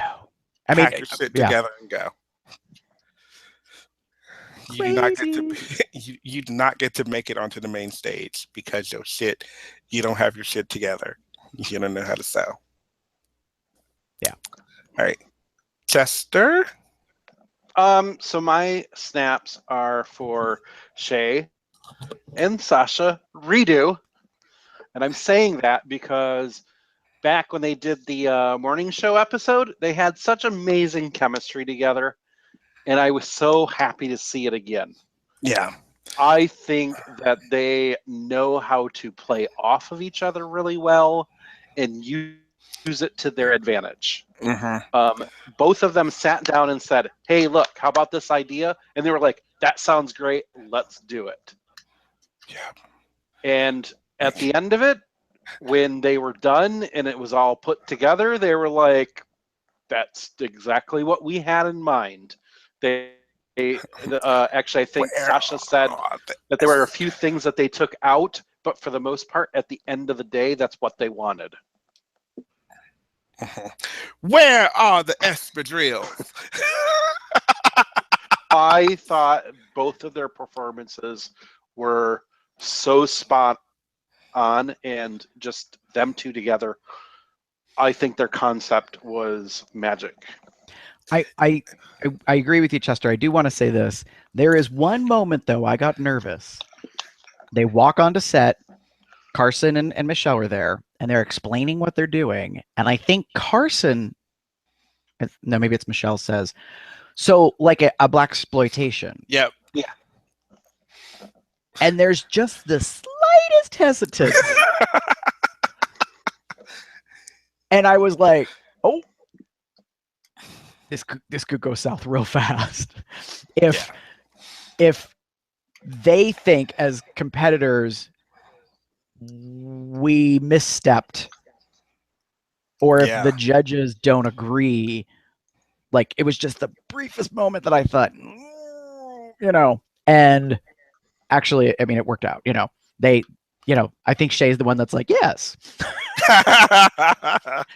And Michelle's like, all right, I mean, and then I don't know if it's said in it, but there's like a reference to like Foxy Brown, or,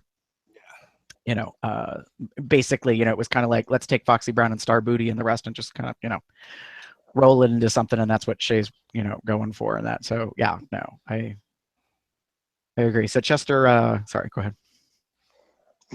Nothing.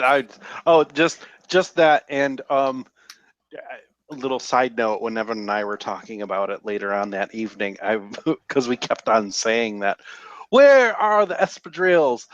One of his favorite movies is The Incredibles, so he was like, could you imagine her dressed up like Frozone? Where are my espadrilles? Where are my espadrilles, woman? Why do you need to know? Now, see, I thought you were gonna go with Edna. No capes. Because I thought you were gonna make the reference, because I'm pretty sure for Sasha, the line from The Incredibles would have been like, because I think the way Sasha's Russian spy outfit kind of looked like she had a capelet or something weird going on. But anyways, no, yeah, I agree. The first time Shay said, where are the espadrilles, I was like, but then she kept saying it, and it just got funnier. I was like, yeah, okay, now we got a catchphrase, whatever. Yeah, so we were saying that all weekend long, and Joe and Dane are looking at us like, what the fuck are you talking about? Nice. My eye rolls though are for Sasha's runway. It's not that I hated it. It wasn't bad. It's just I wanted more. I expected more from Sasha. Yeah. Being that she kind of has all these avant-garde and art-focused looks anyway, and then she comes out in that, to me, it was very basic for her. Yeah, I agree with you. It was very, like you wrote in the thing, it was very snore. It was just like, oh, okay. Like she was like, the dress, I mean, don't get me wrong, the dress is kind of cute, what have you, but it just, given what we've seen of her, and then you give this idea of like this club kid kind of thing, and then that. She had the chance. Yeah, she had a chance to go over the top with it, and she didn't. Yeah. And really, the only thing to me, the only thing that was odd about her entire look was this, gorgeous gown underneath this clown costume. And I was harking back to when they did the big hair challenge. Mm-hmm. She came out in that mohawk. Yeah. Now, I said almost the same exact thing about that I am about this. It fits her. It's very Sasha. And while it's basic, I think the big hair challenge worked because she thought outside the box and still kept it her own. This was more like, I don't know, it still read Sasha. I just didn't get the weird kooky factor that should have been in line with being club kid. Mm-hmm. Brady, you were saying something? I was just agreeing with him. Oh. Oh, Brady, what about you? Oh yeah. My snaps go to the Deadpool of drag, Miss Shea Coulee, because that's how you do Club Kid. That is how you do it. You throw some Rocky Horror lips on whatever you're wearing, put on a Deadpool mask, and there you go. Nice. Because that is what it looked. She also looked like a sock monkey, but I loved it. Jim hated that mask because it was just too much stuff. Well, okay, so here's what I have a question about in terms of this. Some criticism I saw online was that Shay was doing a lot of Club Kid right here on the face, and then it wasn't quite so much from the neck down. There, hopefully I find it, but before you guys are done talking about stuff, but keep going. Yeah, I don't know. Okay. Like the mask was a lot, like a lot, and I just didn't. I liked it. I thought it was definitely different. I wouldn't have potentially caused some second degree burns to get there, but you know it worked. I think it fit the challenge. I agree. I kind of get the idea behind like everything else kind of wasn't, because I mean the leotard was just, it had some lips on it, I think, or something like that, and I think she had does she have a coat? Yeah, like a coat, and then she had the red stocking, like knee high stockings, and the shoes were kind of basic. It kind of went from club kid to hooker heel, like yeah, it just was like, oh, it kind of no. I think what I found interesting was a lot of people were comparing it to Nina's look from the Gaga episode, where it was Very Bad Romance. Oh. And I saw that, and I was like, I could see that, but I still enjoyed it very, very much. So in our group Wow. chat, I just linked a image of John Galliano, the spring 2015 couture collection. And when I was just scrolling through Tumblr, when I scroll through Tumblr, I go at a very fast rate. And when I was scrolling, I was like, whoa, was that Shay? Oh wait, no, that's not Shay. Did Shay take this from this costume designer? What is it? Clothing designer, I guess. Huh. And then somebody had wrote, I see you, Shay Coulee. But this is from 2015, so 2 years ago. A year and a half. But I don't remember the Club Kid reference that they used in the show. So the great thing about art and pop art in general is that it's always evolving and it's always being borrowed from other people. Well, I will say this. Think people will agree that Club Kid is really borrowing, but I think Club Kid was meant to be original. Yes. So I could definitively see people seeing this picture that I've actually linked in our doc that'll go up on our website and saying that's an outright steal. That's not original. Because I think some people felt that her look was reminiscent of Lee Bowery. Yes, Lee Bowery. This distorted, visual like aspect thing that some people flipped out about. Sidebar. When Sasha's giving us our LGBTQIA history lesson, as there are now memes making fun of online that, oh, we're going to have a heartfelt moment. Sasha is going to give us a history lesson. Like have some things you need to work through therapy. Go see Dr. Shea Coulee.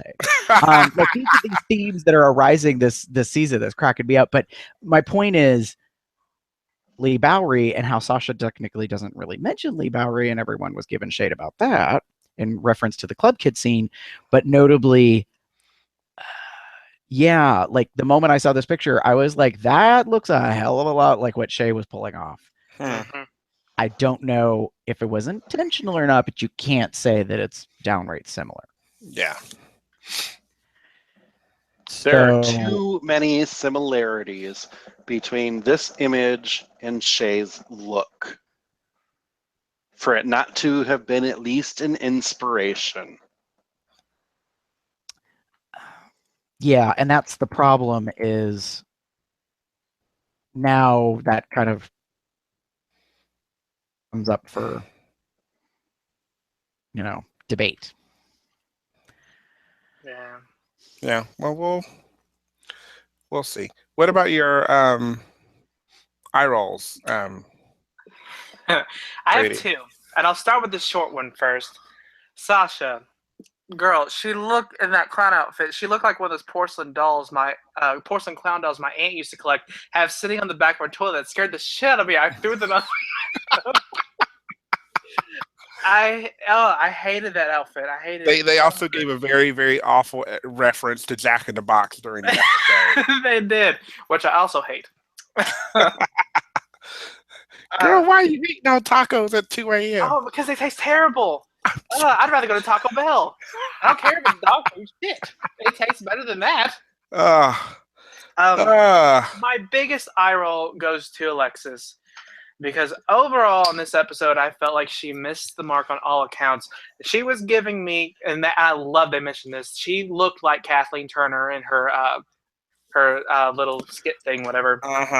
And the character that she gave while looking like Kathleen Turner was not what it should have been.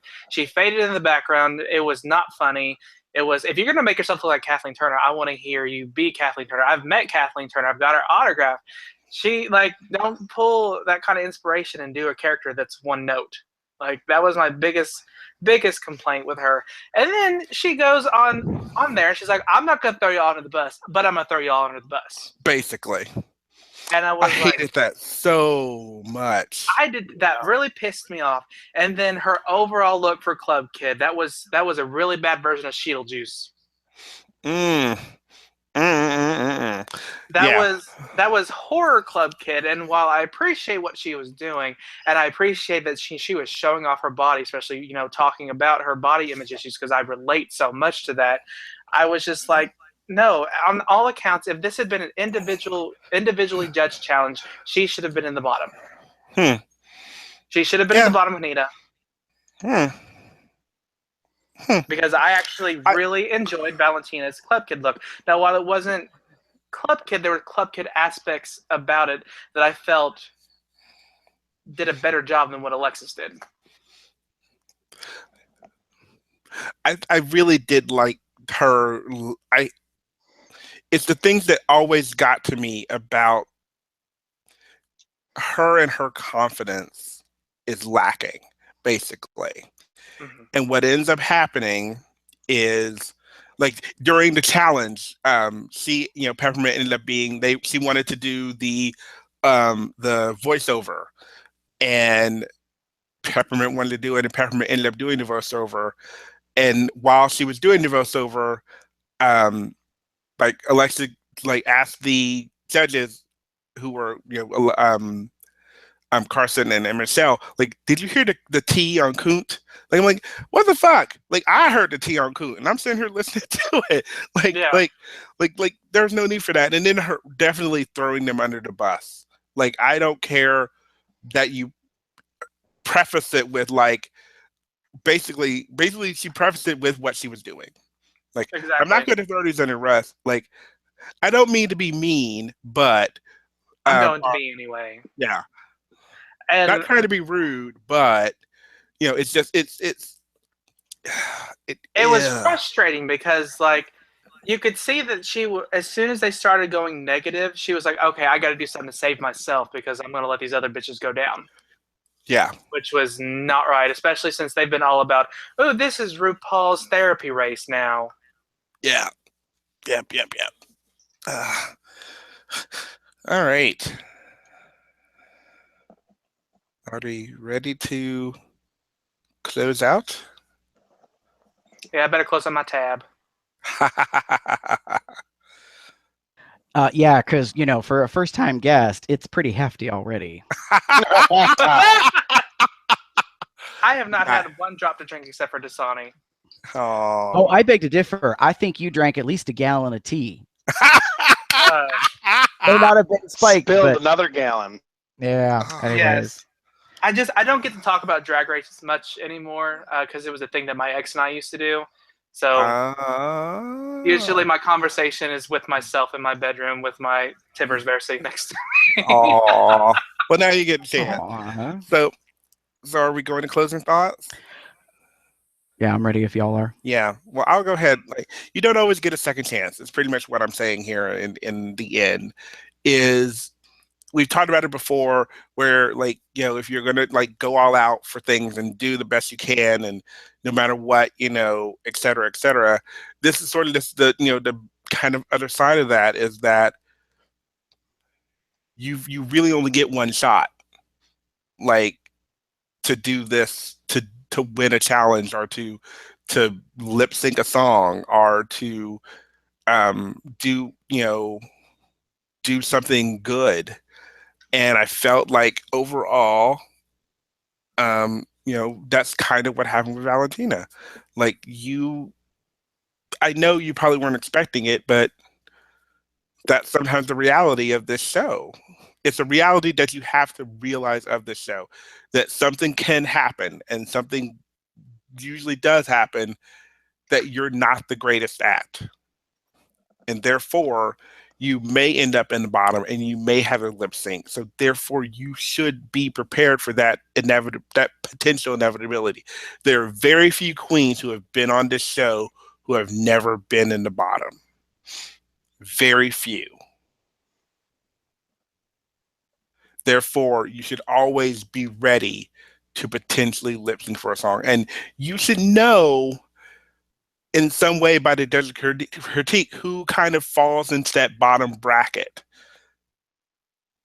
Usually they split them in half. You'll have these three girls, you'll have the like middle, and then you have the bottom, and you kind of know that. Therefore, there was no mistaking that you were in the bottom. Like there was no mistaking that. They literally told you. They say two people won. Shay and Sasha, they won and they got off stage, and Rue mentioned that you guys were pretty much in the bottom without saying. I think she even said it actually, that you're in the bottom. So that would have been the cue to like, okay, if I didn't prepare for this song or this lip sync, I'm at risk at this point. I have a 1 in 5 chance of being, or what is 5 of them in third? That's 60. No, sorry, math. 40% chance. There we go. There it is. That I'm in the bottom. It's there. Like, so to me, that's enough to be like, I should prepare and get ready. And you won't. And again, you won't get a second chance. Or hope maybe you won't get a second chance. Who knows? The show has surprised me enough that if it were to happen, I would be surprised, but I wouldn't like it.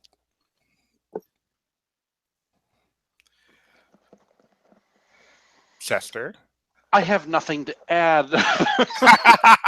Just because we have, I knew when we were going to record this episode tonight that we were just gonna like let out everything because it was such a gag-worthy episode and there was so much that happened. So yeah, I don't really have anything to add because I think Brady and Gary are gonna sum it up for me. Brady. So I'm going to call it now. If Valentina does not just show back up, she's going to be our Miss Congeniality this season. I see it happening. I have been 100% correct with every Miss Congeniality that has won so far. I think she's going to get this one. Now, I think our top three, and this could change depending on if she can get her act together, but I think the top three is potentially going to be Shay, Sasha, and Peppermint. But if Nina can fix her shit, I also see her being top 4 or top 3 worthy. But she has got to fix that confidence because the skills are there. Because the stuff that she does is phenomenal. She just needs to work on what she's got going on with herself, and then she can get there. Yeah. Maybe. Sorry, I'm going through my head. I'm thinking like, ooh. It's so funny because I'm watching her on this show, and she reminds me of someone that I used to work with named Leroy. And I see very much. There's so much similarities there that it's kind of creepy because I'm like, I used to know this person almost. Huh. That's an interesting prediction. Yeah. Gary? I'm not willing to say top 3. I think that the final 4 are predicted. I have a question mark because I'm going to give it up that anything can happen, but I think there is a nearly universal expectation, unless you are a steadfast fan, that the bottom 2, the next 2 likely to go, are Alexis Michelle and Nina Bonina Brown. Mm-hmm. I just don't see them pulling it together. I do not see Alexis Michelle shutting the fuck up. I don't know what her story is. I listened to a podcast with some queens from New York. They're kind of baffled because they know Alexis personally, and they're like, she's one of the nicest people ever. And I thought, well,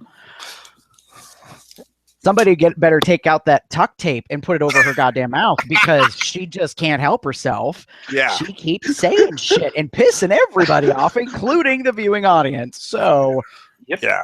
I just want to point out that you just made a BDSM reference mixed with the track record. Oh, that was great. Tape. Welcome to Cubs Out Loud, where we blend everything together. Nice. Would you like the strangest kamikaze ever? We're just going to pour all that shit in and just blend it up.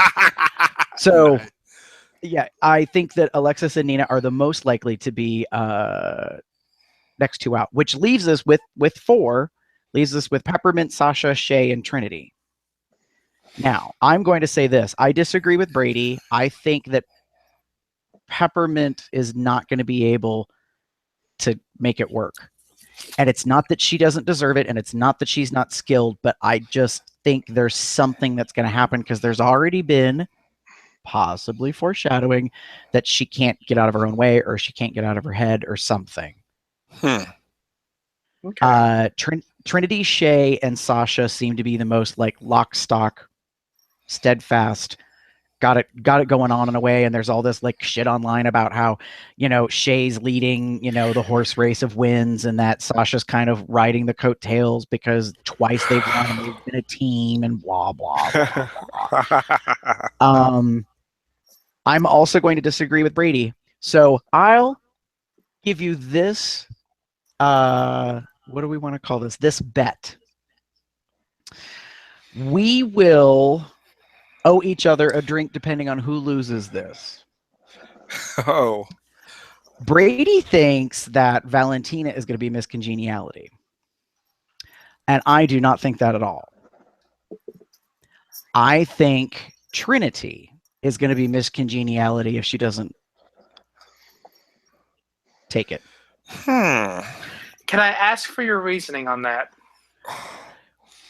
Because so far it appears she has been, remember Untucked episodes, the most referenced by the other queens for being helpful. Miss Congeniality classically over all the seasons has not only been the nicest queen, but typically also the one that helps the other girls. Okay. Borrowing pads, helping them cinch. Now, the only time you didn't get Congeniality is because you fucking won. So if you win overall, although that would be a fun shakeup, and talk about a gag. Girl, we gonna give you a sash and the crown and $100,000 and a lifetime supply of this and blah blah blah. Anyways, Nice.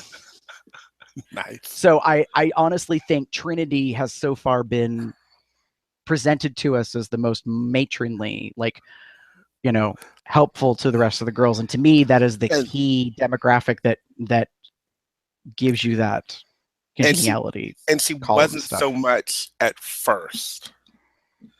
Like at first she was kind of being very bitchy and like, I want to win, and she has softened quite a bit. Yeah. Like she used, like I got a lot, like Nina was telling her about in the Untucked, was you were more than just a pageant queen, and you've shown that through this season. She has been very congenial. She's been very nice. She's been very confident, but without not being like mean anymore. She's been very nice recently. I can see it. But I also can understand where Brady's coming from with Valentina, in that Valentina has been mostly nice throughout the whole season. Only every once in a while has she been a little candid. Mm-hmm. All right, I will say this. Yes, that Valentina has been nice. My gut reaction was to say, but nice doesn't win. Not all the time, that's correct. True. But she has been helpful in some of her criticism, or remember there were a couple episodes where she was trying to get the other queens to think outside the box, or shift their mindset away from their whatever lane they were in, because she was saying, well, have you considered this? So yes, there has been. I'm not trying to say that Valentina has never tried to help. Yeah.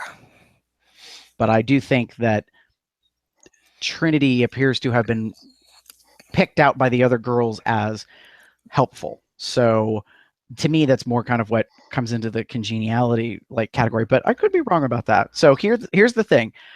Brady, what do you think about my bet? Like, whichever of us is right, the other one buys a drink. You'll have to remind me whenever we meet up again, but yes, I'm totally fine with this. Okay, now here's the other third leg of this bet, which I realized, which is, what if we're both wrong? Then you both buy me a drink. That, or we should get in drag and do an episode. Oh. Do an episode of what? Just, I don't know, do an episode in drag. Shit. Oh boy. Legs. I just realized, like, I'm trying to like lean back, and I'm like, oh, and now you can see. Yeah. All right. I will modify Chester's offering. I will say this. If I'm correct, Brady buys me a cocktail. If Brady's right, I buy him a cocktail. And if we're both wrong, then we both owe Chester and Damon a drink each. Now, do we have to give them cocks or tails? Because I'm fine with both. I'm just going to sip my tea. Okay, so he wants some tea. We can make sure we get that from Chick-fil-A.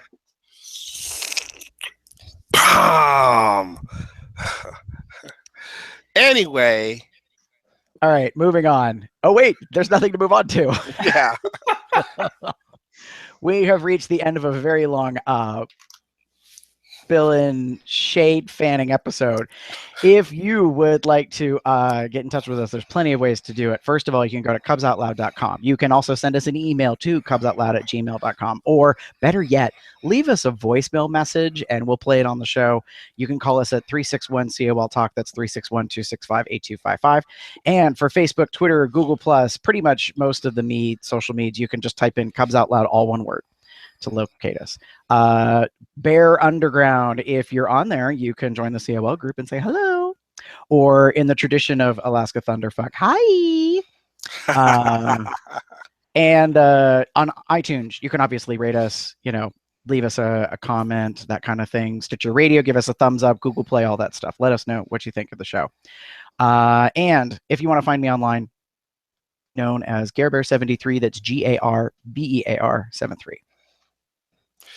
And if you want to find me, you can find me as TheaterCub79 on Bear Underground, Growler, Tumblr, Heftynet, etc. Or you can find me as pup_umber on Twitter. You can find me on Tumblr or Twitter under the name The Pup Up There, or various bear dating sites across the net under the name Pup Shutter or Cupcake76.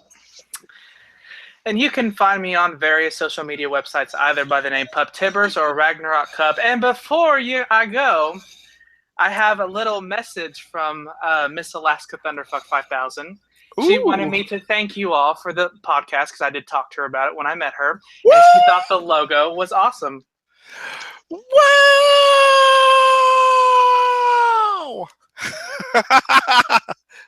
Oh, somebody overnight me a shirt so I can get her to sign it. Oh. See, I didn't think about that because I did not bring a fucking Sharpie with me, because I was going to have her sign that in my shade fan. Oh, Gary is awestruck. So I wanted to make sure, because I was I think 5th in line to meet her, which was Nice. it was phenomenal. She was so kind and tall. God, I didn't expect her to be that tall in person. Yeah. She was statuesque. Yes. And Gary just looked so happy over there. If there's ever a time to say that I am not only speechless but gagged, holy cow. Well, I know Chester, if he got meet and greet tickets, will be getting to see her next week, along with Bob, Ginger. I think there's someone else. So, not that I'm aware of. Unless there's I think, 3. and Martha Walsh. She's the other one that's there, but she's not really a drag queen. So there might be an opportunity for him to talk with her. I didn't get the meet and greet tickets because that's expensive. There's only 20 of us, so I don't see why we won't be getting our own little moments with her. Huh. Okay, so now that I'm moving beyond my shock and awe moment and being gagged, I'm going to say this with all the love in my heart. You little shit! I can't believe you held out on that!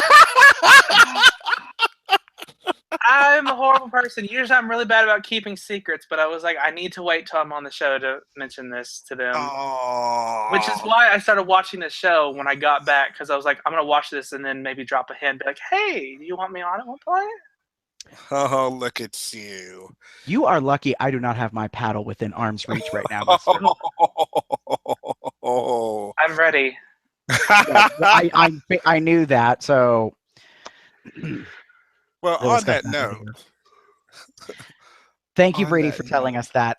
We will try to figure out if we can overnight a shirt somehow to Chester for his meet and greet. And maybe, we did have that feedback recently. I think that someone asked us, have any of the queens ever been on the show, know about the show? And now apparently we have part of an answer, which is thanks to Brady, one of them has heard of us. And now possibly maybe that very same queen will kind of feel like, what the fuck is going on? Like now I'm getting hit up again about this little podcast that's apparently talking about us. So that being said, we need to get out of here. And once again, we're going to be exiting to RuPaul's single Kitty Girl from her American album, which anyone who's following me on Facebook is probably real tired of because I've been listening to it now when I go to the gym. So, there's that. Sorry. Meow. Listen to you.